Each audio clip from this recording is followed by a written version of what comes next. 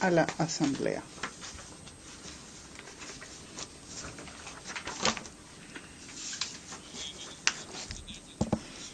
Señor Presidente, señor Secretario General, señoras y señores jefes de Estado y de Gobierno, señoras y señores. El 70º aniversario de la Organización de las Naciones Unidas es una oportunidad de evocar el pasado, pero también de reflexionar sobre nuestro futuro común.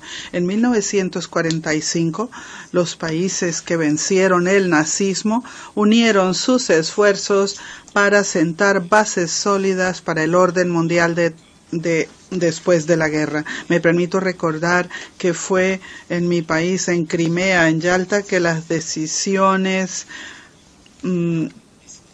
se tomaron para la creación de la ONU y los principios que han de regir las relaciones entre estados. Este sistema de Yalta nació pues de enormes sufrimientos e encarna el precio que han de pagar millones de personas que perdieron la vida durante las dos guerras mundiales que devastaron el planeta en el siglo XX. Seamos objetivos, este es el sistema que ha ayudado a la humanidad y a atravesar acontecimientos turbulentos y a veces dramáticos, y que ha preservado al mundo de problemas aún mayores. La Organización de las Naciones Unidas no tiene igual en cuanto a su legitimidad, representatividad y universalidad.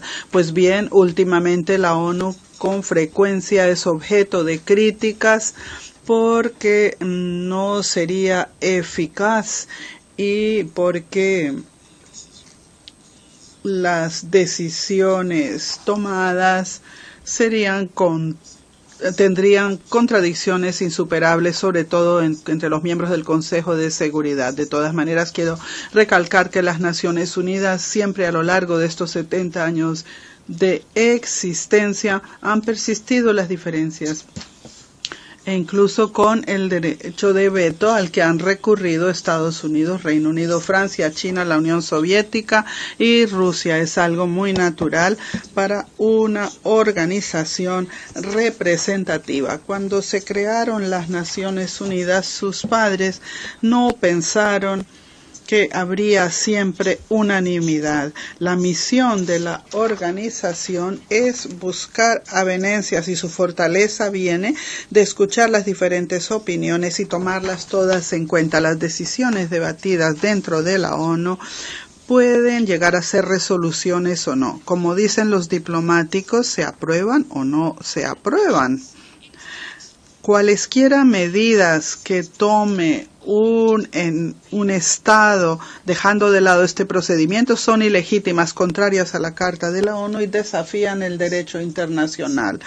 Todos sabemos que después del final de la Guerra Fría, todos son conscientes de que un único centro de dominio surgió en el mundo y los que se encontraron en la parte superior de la pirámide tenían la tentación de pensar que si eran tan fuertes y excepcionales, entonces sabían más que los demás y no tenían que acudir a la ONU, que más bien autorizaría y legitimaría automáticamente las decisiones necesarias, pero que crea obstáculos que realmente estaba en medio del camino. Ahora se dice que en su forma original la organización ya es obsoleta y que ya ha culminado su misión histórica. Naturalmente el mundo está cambiando y la ONU debe ser coherente con esta transformación natural. Rusia está dispuesta a trabajar junto con sus socios sobre la base del consenso, pero consideramos los intentos de socavar la legitimidad de las Naciones Unidas como sumamente peligrosa. Pueden llevar a un colapso de toda la arquitectura de las relaciones internacionales. Efectivamente, entonces no quedarían ya otras normas que las de la fuerza. Tendríamos un mundo dominado por el egoísmo en lugar del trabajo colectivo, un mundo cada vez más caracterizado por el dictado que por la igualdad. Habría menos democracia y libertad genuinas, un mundo con estados realmente independientes quedaría reemplazado por un número creciente de protectorados de facto y territorios controlados externamente. ¿Cuál ha sido, qué es el estado de soberanía después de todo que tanto se menciona aquí? Básicamente se trata de la seguridad y el derecho a escoger libremente el futuro para cada persona, nación o estado. Y lo mismo, colegas, en cuanto a la cuestión de la llamada legitimidad de la autoridad del Estado. No hay que jugar con las palabras, no hay que manipularlas. Cada término en el derecho internacional y en los asuntos internacionales debe ser claro, transparente y con criterios que se entiendan de manera uniforme. Somos todos diferentes y debemos respetarlo. Nadie tiene que conformarse a un único modelo de desarrollo que alguien haya reconocido de una vez por todas como el único correcto. Todos debemos recordar lo que nos ha enseñado el pasado.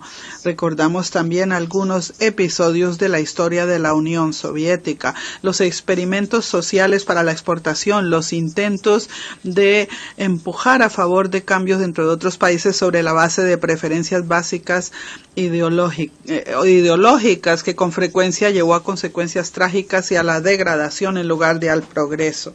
Sin embargo, parece que lejos de aprender de los errores de otros, todo el mundo sigue repitiéndolos. Así pues, la exportación de revoluciones, esta vez llamadas democráticas, continúa. Baste con ver la situación en el Oriente Medio y en el norte de África, como lo han mencionado oradores anteriores. Desde luego, los problemas políticos y sociales en esa región han estado creciendo durante largo tiempo y, naturalmente, las personas de allí querían cambios. Pero, ¿cómo resultó en realidad la situación? En lugar de lograr reformas a una interferencia extranjera agresiva, ha resultado en una destrucción flagrante de las instituciones nacionales y del estilo de vida, en lugar del triunfo de la democracia y el progreso. Lo que tenemos es violencia, pobreza y desastre social. Y a nadie le importan los derechos humanos, incluido el derecho a la vida. No puedo dejar de preguntar a quienes causaron la situación, ¿se dan cuenta ustedes ahora de lo que han hecho? Pero me temo que nadie vaya a responder. Efectivamente, las políticas basadas en el engreimiento y en la convicción del carácter excepcional propio y la impunidad nunca se han abandonado. Ahora es obvio que el vacío de poder creado en algunos países del Oriente Medio y del norte de África han llevado al surgimiento de zonas de anarquía que inmediatamente se han llenado de extremistas y terroristas. Decenas de millares de militantes están luchando bajo el pabellón del llamado Estado Islámico. Sus filas incluyen anteriores militares iraquíes que fueron echados a la calle tras la invasión de Irak en 2013. Muchos reclutas vienen también de Libia, un país cuya estadidad se destruyó como resultado de la grave violación de la resolución 1973 del Consejo de Seguridad de la ONU, y ahora en las filas de radicales se están añadiendo miembros de la llamada oposición siria moderada, apoyada por los países occidentales, que primero los armaron y los capacitaron y luego ellos desertaron y se fueron al llamado Estado Islámico. Además, el Estado Islámico no salió de la nada, también inicialmente se forjó como una herramienta contra los regímenes seglares indeseables. Habiendo establecido un pie en Irak y en Siria, el Estado Islámico ha comenzado a ampliarse activamente a otras regiones, busca el dominio del mundo islámico y planea ir aún más allá. La situación es más que peligrosa. En estas circunstancias es hipócrita e irresponsable hacer bulliciosas declaraciones sobre la amenaza del terrorismo internacional al tiempo que se cierran los ojos a los canales de financiación y apoyo a los terroristas, incluidas las ganancias del narcotráfico y del tráfico ilícito de petróleo y de armas. Sería igualmente irresponsable intentar manipular a los grupos extremistas y ponerlos al servicio propio con el fin de lograr los propios objetivos políticos con la esperanza de enfrentarlos más adelante o, dicho de otra manera, liquidarlos.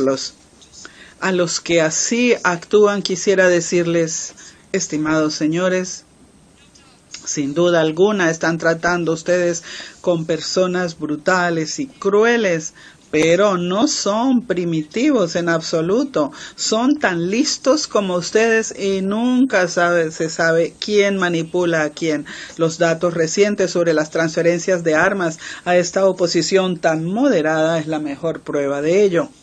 Creemos que cualquier intento de jugar con los terroristas, menos aún armarlos, no solamente es de visión corta, sino que es peligrosísimo. Ello puede resultar en que la amenaza terrorista cada vez se haga más dramática, aumente más y engolfe a regiones nuevas, sobre todo cuando el Estado Islámico entrena militantes de muchos países, incluso los europeos. Desafortunadamente, debo decirles que Rusia no es una excepción. No podemos permitir que estos criminales que ya han sentido el gusto de la sangre regresen a sus hogares y continúen con sus malignas acciones. Nadie quiere que ocurra esto, ¿verdad? Rusia siempre ha sido firme y ha luchado de manera coherente contra el terrorismo en todas sus formas. Hoy prestamos asistencia militar y técnica tanto a Irak como a Siria y a todos los países que luchan contra los grupos terroristas. Creemos que es un enorme error el negarse a cooperar con las fuerzas gubernamentales de Siria que valientemente luchan contra el terrorismo. Debemos reconocer, por último, que nadie, excepto las fuerzas armadas del presidente Assad y las milicias kurdas, son quienes luchan realmente contra el Estado Islámico y otras organizaciones terroristas en Siria.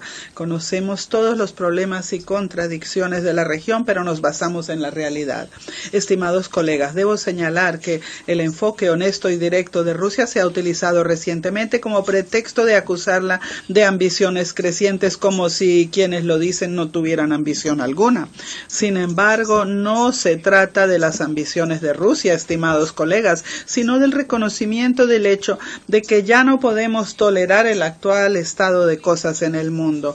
Nosotros proponemos guiarnos por valores comunes e intereses comunes en lugar de por las ambiciones.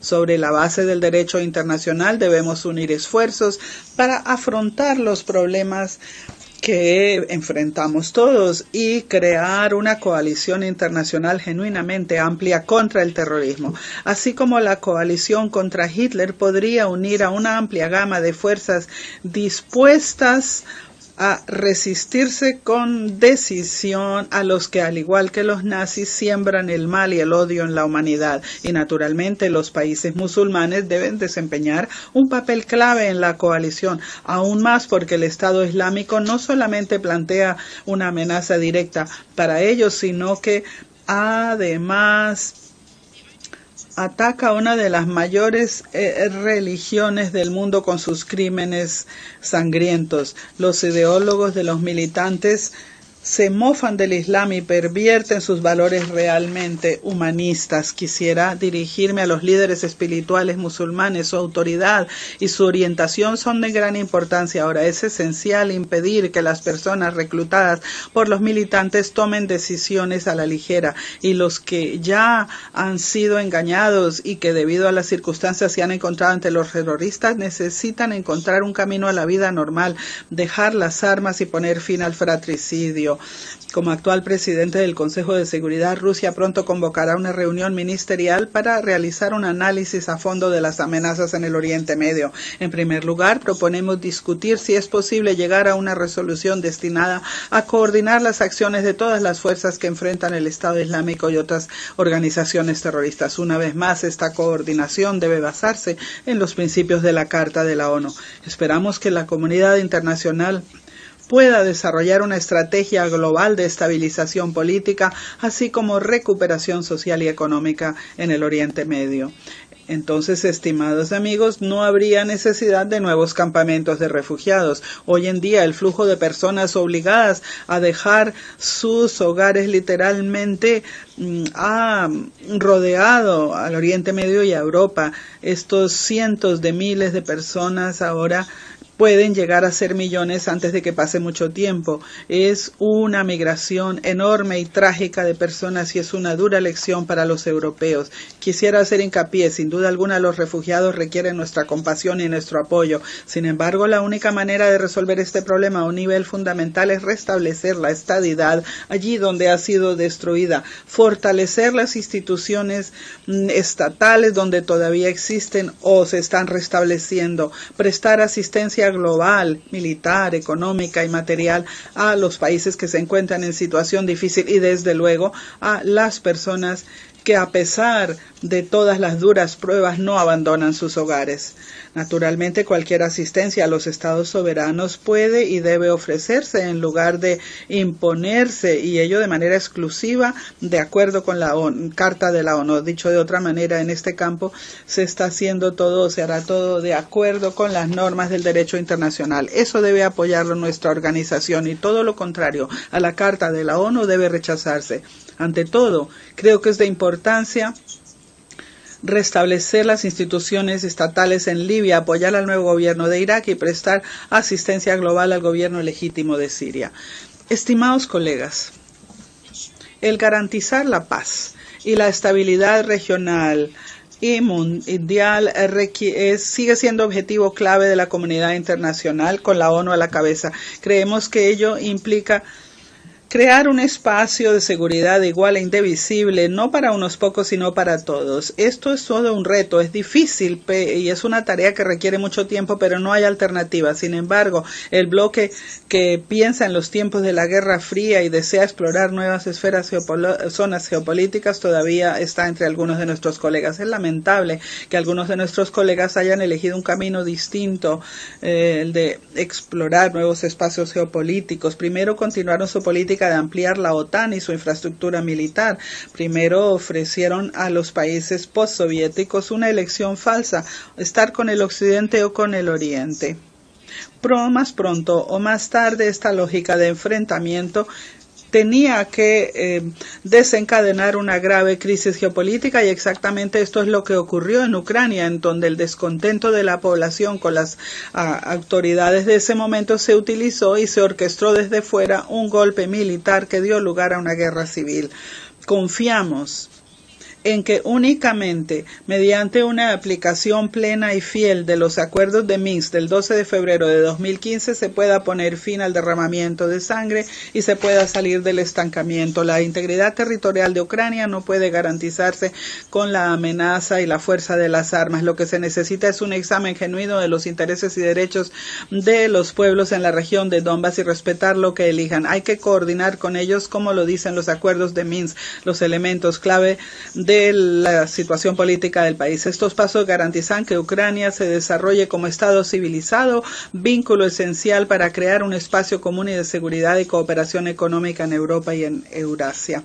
Señoras y señores, he mencionado este espacio común de cooperación económica a propósito. No hace mucho parecía que en la esfera económica, con sus leyes de mercado objetivas, aprenderíamos a vivir sin líneas divisorias, construiríamos de manera transparente y conjunta normas, incluidos los principios de la OMC, estipulando la libertad de comercio, inversión y la competencia abierta. Sin embargo, hoy en día, sanciones unilaterales desacatan la Carta de la ONU y se han hecho comunes. Además de buscar objetivos políticos, estas sanciones sirven como medio de eliminar a los competidores. Quisiera señalar otra señal del egoísmo económico creciente. Algunos países han creado asociaciones económicas cerradas y exclusivas, negociándose su establecimiento tras bambalinas y en secreto respecto de los propios ciudadanos del país, el público en general y otros países.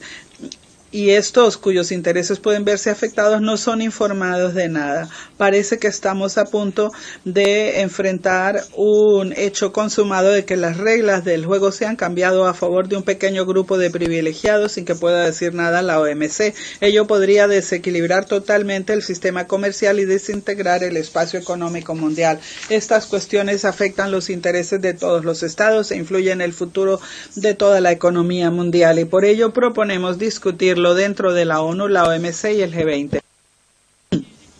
Contrariamente a la política de exclusividad, Rusia propone armonizar los proyectos económicos regionales. Me refiero a la llamada integración de integraciones sobre la base de normas de comercio internacional universales y transparentes. Como ejemplo, quisiera citar nuestros planes de interconectar la Unión Económica Eurasiática y la iniciativa china del Cinturón Económico de la Ruta de la Seda. Seguimos creyendo que armonizar el proceso de integración dentro de la Unión Económica Eurasiática y la Unión Europea es sumamente prometedor. Señoras y señores, los temas que afectan el futuro de todos los pueblos incluyen el reto del cambio climático mundial. Abunda en nuestros intereses el hacer de la Conferencia de la ONU sobre Cambio Climático a celebrarse en diciembre en París un éxito. Como parte de nuestra contribución nacional, prevemos reducir para 2030 las emisiones de gases de efecto invernadero al 70 o 75% del nivel de 1990. Sugiero, sin embargo, una mirada más amplia respecto de este tema. Sí, podríamos disminuir el problema durante cierto tiempo fijando cupos, cuotas en cuanto a las emisiones perjudiciales o tomando otras medidas que son solo tácticas, pero no resolveríamos el problema. Tenemos que tener un enfoque muy distinto, concentrarnos en introducir tecnologías nuevas, fundamentalmente nuevas, inspiradas por la naturaleza, que no perjudicarían el medio ambiente, sino que serían armonizadas con él. También restableceríamos el equilibrio entre la biosfera y la tecnosfera, que se vean afectadas por actividades humanas. Es un reto planetario, pero confío en que la humanidad tiene el potencial humanitario de enfrentarlo. Tenemos que unir nuestros esfuerzos. Me refiero ante todo a los estados que tienen una sólida base de investigación y que han logrado avances fundamentales en la ciencia fundamental. Propongo convocar un foro especial bajo los auspicios de la ONU para un examen global de los temas relativos al agotamiento de los recursos naturales, destrucción del hábitat y el cambio climático. Rusia estaría dispuesta a copatrocinar dicho foro. Señoras y señores, colegas, fue el 10 de enero de 1946 en Londres que la Asamblea General de las Naciones Unidas se reunió para su primer periodo de sesiones. El señor Zuleta Ángel, diplomático colombiano y presidente de la Comisión Preparatoria, declaró abierto el periodo de sesiones, dando lo que creo fue una definición concisa de los principios básicos que debería seguir la ONU en sus actividades, a saber, el libre albedrío, desafío de los trucos y los planes malignos y espíritu de cooperación. Hoy sus palabras deben guiarnos a todos. Rusia cree que el enorme potencial de la ONU, que debe ayudarnos a evitar otro enfrentamiento mundial y a lograr una cooperación estratégica. Junto con otros países trabajaremos siempre para fortalecer el papel central de coordinación de la ONU. Confío en que trabajando juntos haremos del mundo un lugar pacífico, estable y seguro, y crearemos las condiciones para el desarrollo de todos los estados y naciones. Gracias.